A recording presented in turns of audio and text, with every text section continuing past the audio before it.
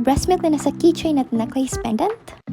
Magpre-preserve nga pala ako ng breast milk for today's video. First time ko nga palang gawin ito at dahil request sa client ay gagawin natin for the experience. I-share ko nga pala yung process ng pag-preserve ng breast milk. Kailangan lang i-double boil yung gatas at lagyan ng preservation powder. Yung preservation powder nabili ko lang pala sa Shopee. Susunod na gagawin ay haluin ng gatas at yung preservation powder hanggang sa maging paste-like texture. Next ay mag-prepare lang ng wax paper dahil doon may lalapat yung niluto mong gatas.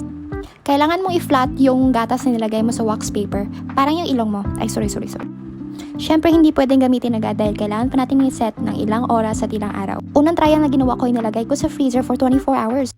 Mali pala yun, me! Dahil maninilaw yung resin parang ganito.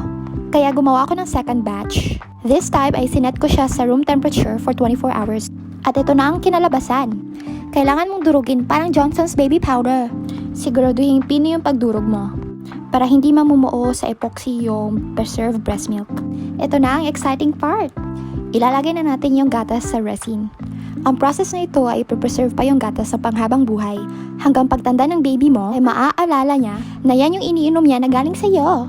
Ang ginagawa ko naman dito ay nilalagay ko na sa mga molders yung resin. Ito yung nakakapagod na part dahil kailangan isa-isahin yung mga designs. Isa pang nakakapagod na part ay ang paglagay ng sticker lettering dahil kailangan isa-isahin mo sila at dapat pantay. Ang huling process ay nasa finishing touches sa tayo. Kailangan i-seal ulit ng epoxy yung nilagyan natin ng stickers para siguradong hindi na ito matatanggal. At voila, ito na yung finished product. Salamat sa panonood!